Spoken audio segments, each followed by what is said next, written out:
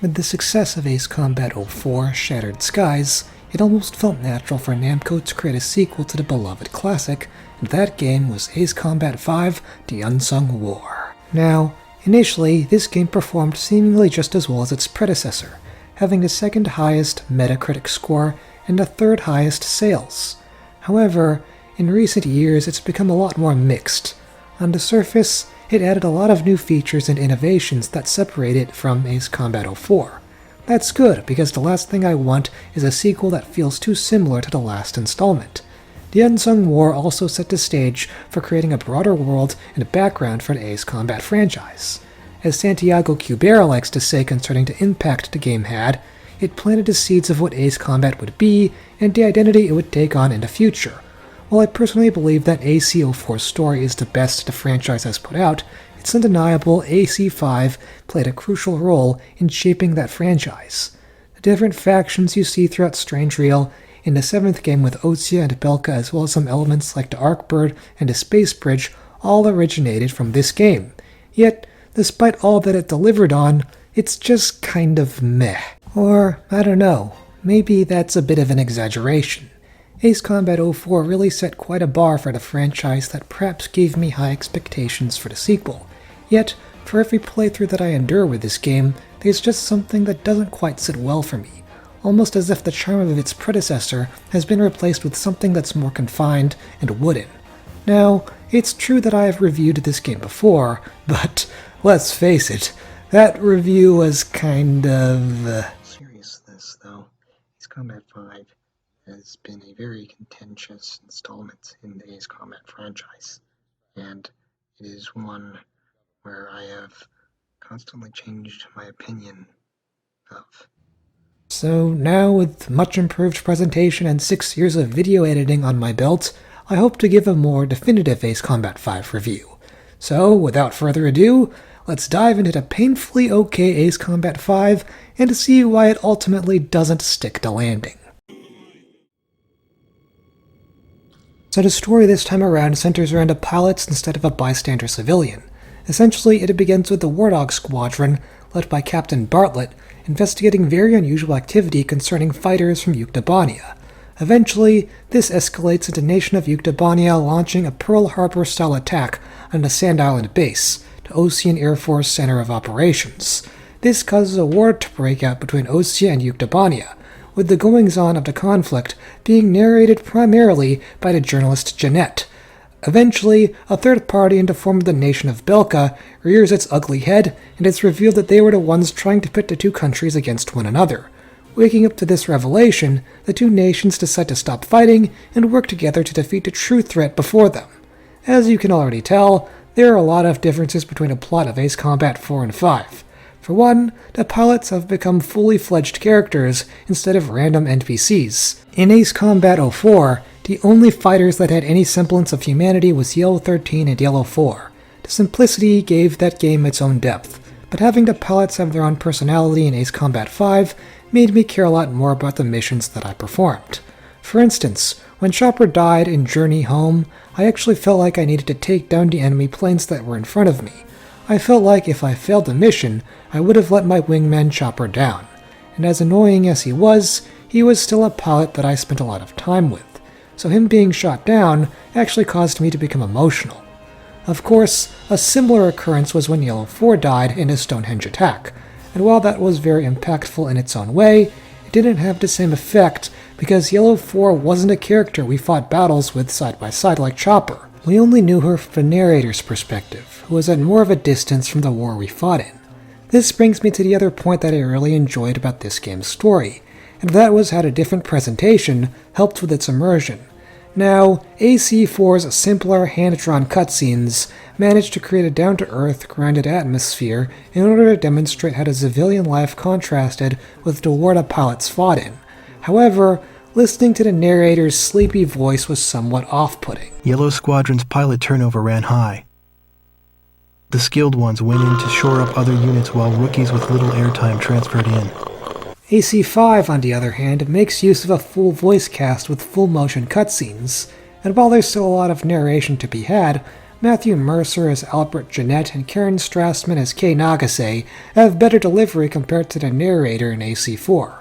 Unfortunately, presentation is nothing when the characters are boring and not very interesting, and that's where AC4 succeeded where 5 failed.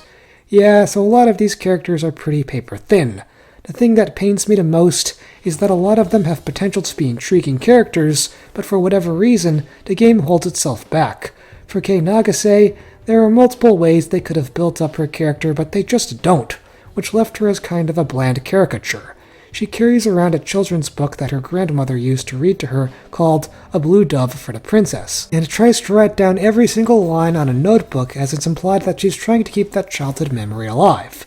They could have used this plot point to show how she misses her life at home, that by writing poetry, she is keeping herself from going insane from the stress of the war. But no, instead this is explored for only one cutscene in favor of using the book's story as a plot device to introduce the concept behind how the Razgri Squadron got their name, considering that it centers on a demon that dies and arises again. It's cool symbolism, but the book's story could have had more of a presence if it had been used to develop one of the main leads. And then there's the fact that she feels responsible for the death of Captain Bartlett, as he had to sacrifice his plane to keep her out of danger. I feel like the relationship she had with Bartlett isn't really articulated as well as it could be.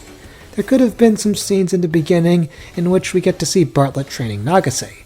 Maybe to use the flashbacks is kind of cliché, but it would have helped to develop the relationship the two of them had, instead of just having one scene in the intro where Bartlett scolds Nagase for flying recklessly. And there could have also been more scenes that showed the grief she feels over his supposed death. After all, the reason she refuses to take the mantle of captain despite her seniority is because she wants to prove that she won't lose another flight lead. The game needs to expand upon that more. Have more dialogue in which she's clearly very overprotective towards Blaze because she doesn't want him to die in the same way. The only mission where I felt like this was somewhat explored is Ice Cage, where she's desperately hoping for one of the POWs at the camp to be Captain Bartlett, but is instantly disappointed when none of them are him. So much so that she ends up getting shot down for being too distracted. The other mission where this is explored is Heartbreak 1, where Captain Bartlett returns with his long-lost Uke girlfriend. And, look, I know Nagase's jealousy towards her is meant to be played for shits and giggles, but there was no build-up for her to have a crush on Captain Bartlett. The whole scene feels so contrary to what was developed with her character up to that point. Nagase always seemed to see Bartlett as a mentor figure, not a significant other. Thankfully, Bartlett's witty one-liners prevents this moment from being totally cringe. Last but not least, in the mission journey home, she told Chopper to bail out in the stadium when there was a river nearby. Seriously, as an experienced pilot, she should know better. Either she was being a fucking dumbass, or she really hated Chopper so much she messed him up on purpose. This makes her indirectly responsible for his death.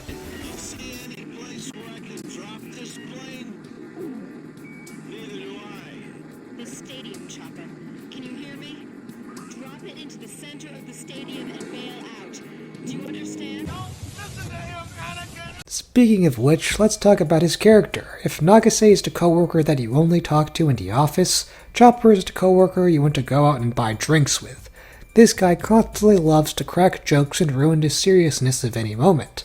A lot of people like to complain that Nagase is the one who talks too much about war being bad, but I don't know, maybe I wasn't paying attention, but Chopper seemed worse in this regard. I mean, take a listen to these lines.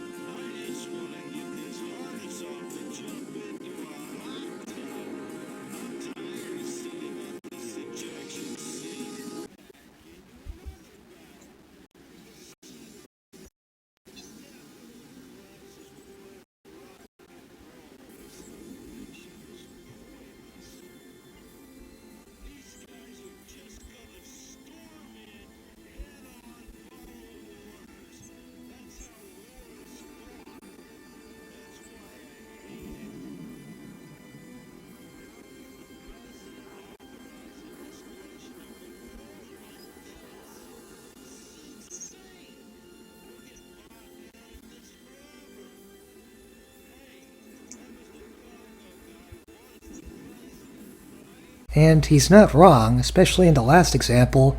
If Chopper thinks Harling is bad, wait till he sees the shit the current administration is doing. But the way they present it comes across as so ham-fisted and preachy that it's kind of ironically funny. Here are these pilots carpet-bombing targets and complaining about how violent war is. Did they not know what they were signing up for? Were they drafted into joining the Air Force? While it might sound like he's nothing more than a really annoying character, there is some depth to his traits, believe it or not. Considering Chopper hates being in war so much, he's obviously using humor to calm his nerves, very similar to what Spider-Man does when he's in the heat of battle. He uses jokes to mask the strain he feels. The scene that plays in the middle of Mission 3, where Chopper becomes angsty about seeing the dead bodies floating into water, somewhat proves this. Here we see a different side to him, one that isn't sure if he can take this any longer. I shouldn't have looked. When that enemy plane crashed and covered the water in flames, there were people floating right there. I could see their faces. So many of them. Somebody stop this. I can't take it anymore. It's just that there weren't any other scenes that further developed this. If they were able to show glimpses of Nagase's private life, then they should have been able to do the same with Chopper, and for that matter, all the pilots in the Rosgrease Squadron. Chopper has all the potential to be a psychologically complex character, but they just don't want to go there, as, I don't know, maybe it'll give the game an M rating. That being said, they were willing to kill him off and explore the theme of death, and as I've implied before, it's done very phenomenally. Mission 17 Journey Home seems to start out as any other mission. Just shoot down multiple enemy fighters in order to defend the civilians who have gathered for a speech by the Vice President. Unfortunately, enemy fire heavily damages Chopper's plane. The progression of the in-engine fire is truly horrifying to listen to as Chopper starts describing in vivid detail how all the parts of his plane are slowly malfunctioning.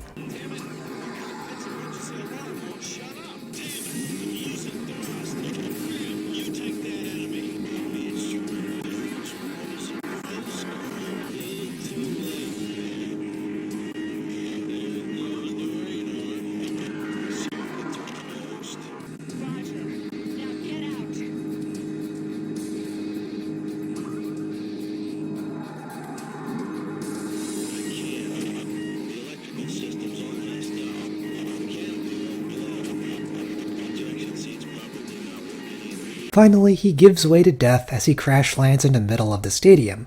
The rest of the squadron, angered by this, immediately fight back against incoming typhoons entering the area, fighting for the vengeance they rightfully deserve. It truly feels like an earned moment that always tears me up. And then they proceed to act as if nobody gives a shit.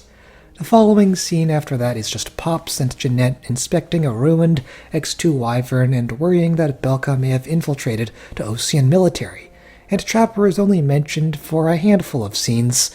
Couldn't they at least have a proper funeral for this guy to show the impact his passing had? This feels like an event that should have had a payoff, and there simply isn't one. Finally, we have Hans Grimm, and yes, in case you're wondering, his name is based off the German fairy tale writer. In the beginning of the game, he's simply training to become a replacement pilot. However, during the attack on Sand Island, he went against all protocols and launched himself into the air despite his lack of training. This allowed him to take the 4th position of the Rosgrease Squadron. Because Grimm is young and is mostly inexperienced, you'd think the game would show us how he grows into his newfound position and learns how to become a better pilot over time, right? Well, as you can see from my previous analyses, that's exactly what they don't do. Yeah, Grimm kind of just immediately becomes a seasoned fighter right from the get-go, and you don't really get any sense that he goes through any real change from the moment he first appears in First Flight and his last appearance in The Unsung War. I will say that he seems like the one who does the least amount of bitching and whining in combat, but they don't really replace that with anything else, so he just kind of ends up being a super bland character. I guess he does kind of bounce off of Chopper once in a while, unlike an ever-so-serious Nagase, and that's quite refreshing. But they don't really do that enough to establish a close bond. Of course, the final pilot in this squadron is Blaze, who the player takes the role of. He's essentially very similar to Mobius 1 in the sense that he's kind of like a silent protagonist, but his characterization doesn't work like it did in Ace Combat 04. Since AC-04 didn't focus on the pilots as characters, Mobius 1 felt like a placeholder for the player. He didn't really have any real personality, but he was allowed to be that way because the story wasn't about him. For Blaze, the fact that he's silent is pretty awkward because all the pilots are fully realized people. I mean, you can even see his body in a pic with the squadron, with his face being cut off by Chopper's arm. So it feels weird that in scenes where all the pilots are talking amongst themselves, he doesn't say anything. This obviously would have been fixed if they had just given Blaze his own voice actor and provided him a personality, because there's no in-game explanation as to why he's mute. In fact, the devs probably knew this was an issue because the player can somewhat communicate with the other pilots with yes or no answers. This really is such a lazily designed feature because it adds nothing to Blaze's character. They could have at least given him some more interesting dialogue choices. That being said, it's a lot of fun trolling your fellow pilots with these answers when given the chance, especially with the last choice you're given.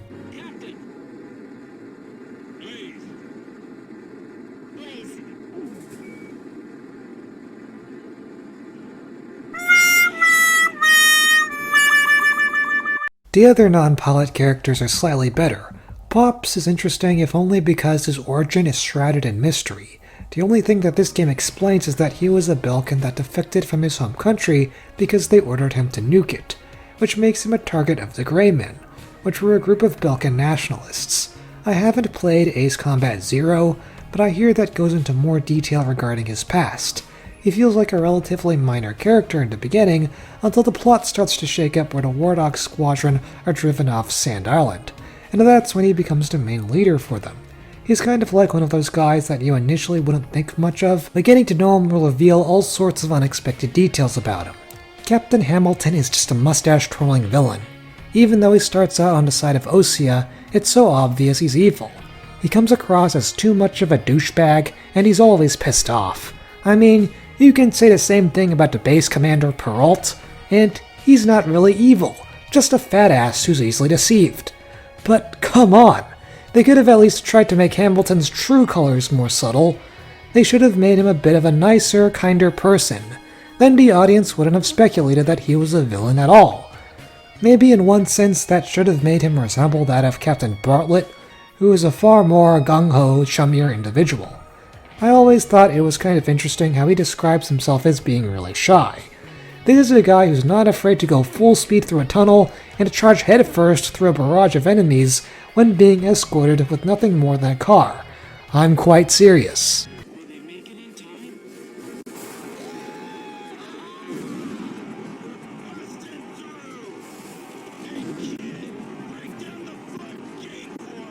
This guy is anything but shy. His insignia, Heartbreak 1, also carries a lot of significance because it's supposed to represent how he can't be with his Uke girlfriend since they're from opposing countries. Again, there could have been more emphasis on this to show how frustrated Bartlett is that a war is keeping him from seeing his hubby, but it's not really touched on that much. And once she does finally appear, a lot of her screen time is spent on her trying to assist the Rosgrees by handing them a thumb drive that shows the weakness in a Belkan superweapon, rather than exploring how her relationship was affected by the friction she experienced with the conflict. In fact, Bartlett himself doesn't have any real development throughout the story because he's shot down pretty quickly in battle, which is a shame because I find him to be the best combination of the characters of Chopper and Nagase. He isn't afraid to take things too seriously like the former, while still having a tragic element to him like the latter. It's sad there wasn't too much done with him. I don't think I'd go so far as to say that AC5's story is bad. Similar to AC04, the anti-war themes it tries to present are relevant for today. Dare I say it, I appreciate how it tries to take a different approach to the subject compared to its predecessor, focusing on building up the lore and conspiracies behind wars. There's a lot more going on, but unfortunately it gets bogged down by paper-thin characters that barely pull their own weight. Like, you can't have a good story if the characters don't work. What's sad is that the gameplay suffers from the same exact issue. To give credit where it's due, AC5 doesn't just feel like a reskin of AC04. It's like they were trying to get their feet wet with different ideas, but they weren't sure how to execute them very well. The first big change they made is the ability to commandeer wingmen. You could order them to disperse, cover you, or attack incoming opponents. You can also equip them with their own planes for each mission, and they have the ability to use the special weapons that come with them. Of course, depending on the mission you're going on, they'll feel the need to warn you that the formation may not be suitable for either air or ground operations. This gets really annoying because often I swear that I try to mix and match the planes they can go on to suit both types of enemies, but they'll just get so fucking insistent.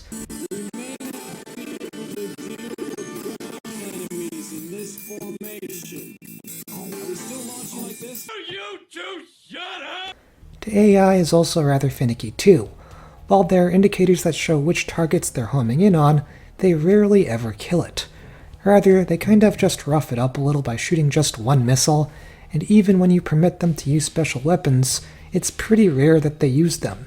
Speaking of which, now you can't change an aircraft's special weapons. Instead, the Unsung War introduces a new level up system in which if you get enough kills with a particular plane, it'll upgrade to a better version of it. The problem with this is that it takes a lot of time for the plane to gain enough EXP to unlock another aircraft. Therefore, you'll be stuck with a limited amount of planes when you're well into the campaign. Combine that with having fixed weaponry, and you basically don't have much variety to work with compared to that of ACO4. This lack of variety is really seen in the missions, so the way that Ace Combat 5 does its main levels is the exact opposite of its predecessor. ACO4 had mostly the same task for every mission, which was to rack up a certain amount of points by destroying shit. While that might sound very repetitive, the way they made up for it was by how you accumulated points. In order to get to S rank for these missions, the game forced you to use different aircrafts and weapons to complete them within a reasonable time. If you had a bunch of enemies on the ground, you'd think that the land air-to-ship missiles were effective enough to take them out. However, if you really wanted to be efficient, you'd use the napalm bombs, which spread out across a wider area. This would force you to master the timing in order to properly drop the bombs. For AC5, there's a bigger variety of missions to accomplish. However, the way you complete them is much more linear and usually doesn't require much experimentation. They all have some kind of gimmick that differentiates one from the other. Handful of Hope is an escort mission that forces you to pay attention for the radar blips on the screen. You also need to make sure that President Harling maneuvers around these sections as well. As hard as it might sound, it's actually a very nice change of pace for the game. It's Mission 21, Reconnaissance, where this gimmick really shits the bag. You've got to fly closer to the ground in order to prevent the radar circles from becoming too big, as they will change sizes depending on your altitude. This makes it a lot easier to crash since you're constantly flying closer to the ground. However, even after you do make it to your destination, the mission only increases in complexity, for it introduces a photo gimmick in which you need to take pictures of certain objects within a frame. I swear that this frustrated me to no end and almost made me hate Pops as a character. Every time I tried to take a photo, Pops would shake his head and say,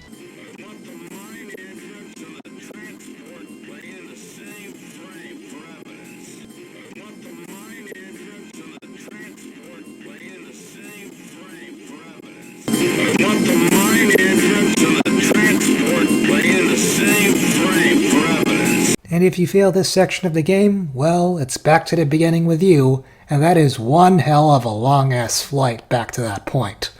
On the other hand, I'd probably say that White Noise is a gimmick mission done well.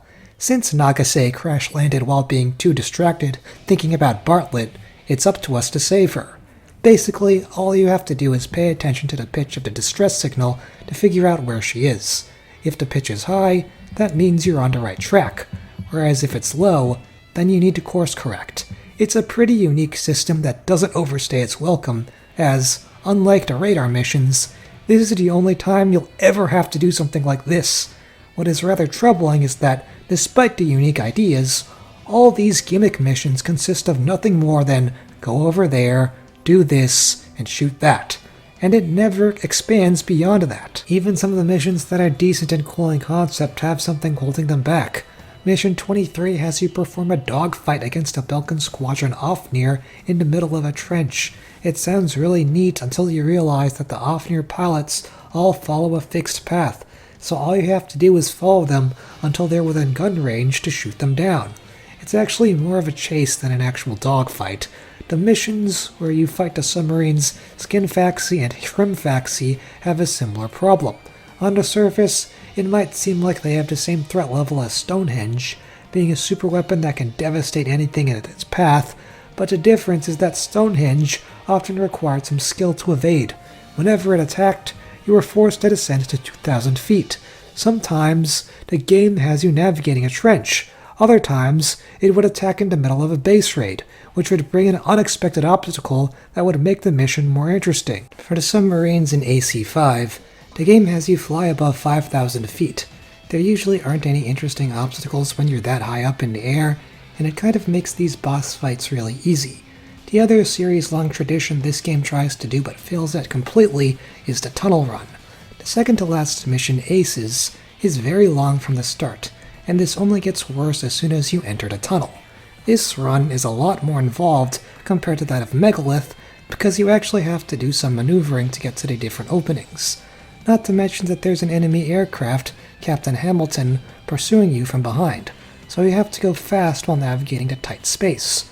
Also, for whatever reason, Namco felt the need to put these different obstructions within the tunnel to make it difficult to go around. Like, I don't know what they were thinking when they put these two iron gates in the middle of the pathway like this, and when you crash, guess where you're sent back? This is the Utah-Onion 703rd Squadron.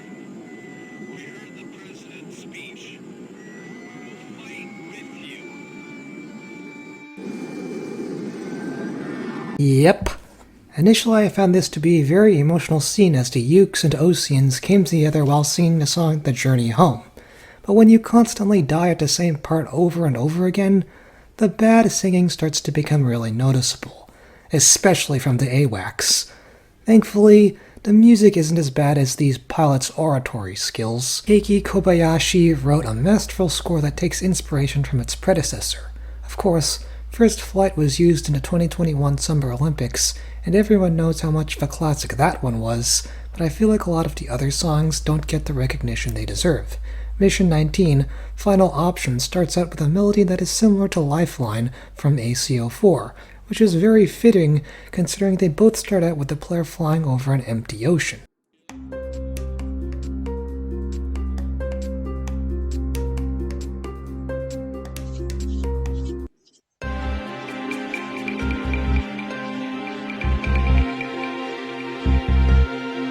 However, where the music breaks from this is at the climax, where it enters a very upbeat melody in order to describe the astonishment each of the pilots feel as they observe Pops, who was previously seen as a rugged old man, suddenly manage to fly like an ace.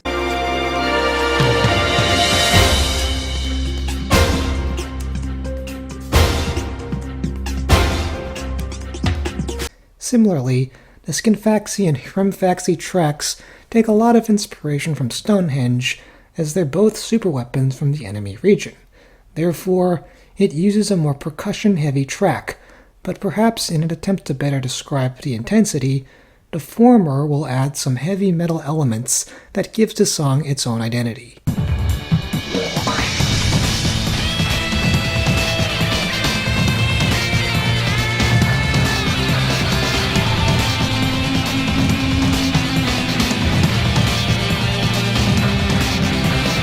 Finally, there's the last mission of the game. Similar to Agnus Dei from the final mission of ACO4, the Unsung War comes in the form of a song sung by a choir. However, whereas Agnus Dei starts out banging to get you invested instantly, I like the very slow intro the Unsung War starts with. This song tries to tell the story of the Rosgrease Squadron. It begins very gradually and quietly in the beginning in order to describe how initially the Rosgrease were thought to be dead and defeated after being driven out of Sand Island.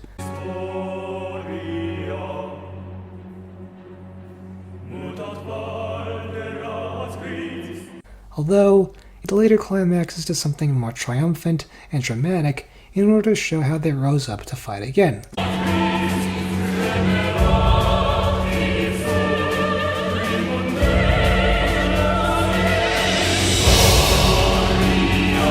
It truly is a satisfying song to close out a simply okay game, and that fact really pains me. For every area that it tries to improve upon Ace Combat 04, it always ends up taking something away. 2 steps forward, 3 steps back in layman's terms. The story tries so hard to be this epic narrative, and in one sense, I appreciate the fact that they put a lot more emphasis on the pilots this time around. However, the characterization is generally one note, and the anti-war messaging comes across as a bit too preachy compared to the subtlety of Shattered Skies. While the gameplay has a lot of interesting new features, such as the experience system and the commandeering of wingmen, these weren't implemented as well as they could have been. Even though the structured missions gave more varied tasks, they were too linear, which prevented them from giving way to experimentation. You get the gist. It really frustrates me because I want to like the Unsung War. There were moments like when Prime Minister Nicanor and President Harling shook hands and together called for unity that made me somewhat emotional. I guess considering the current overseas conflict going on, I wish something like that could happen. Although with the current administration that's highly doubtful. Chopper's death was also a scene that never fails to get me, but these moments aren't enough to save this game from the meh that it is. This game just never quite resonated with me in the same way that its predecessor did. In a way, while Ace Combat 04 benefited with its pure simplicity, it felt like Ace Combat 5 tried to do too much to the point that none of the special additions it implemented felt really refined. Do I recommend it? If you want to fill yourself in with more of the lore or want an okay flight sim, then go for it. Just don't expect a full-blown masterpiece like its predecessor. And that's all I have for you. I'm Dave Reviews, and I'll see you guys next time. This is a great change. Raz Grease reveals itself. First, as a dark demon. As a demon, it uses its power to rain death upon the land. And then it dies. However, after a period of slumber, Raz Grease returns.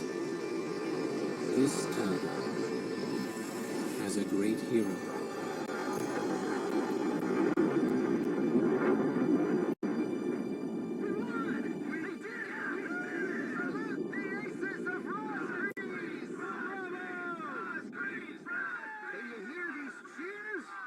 Don't tell me you can't hear him.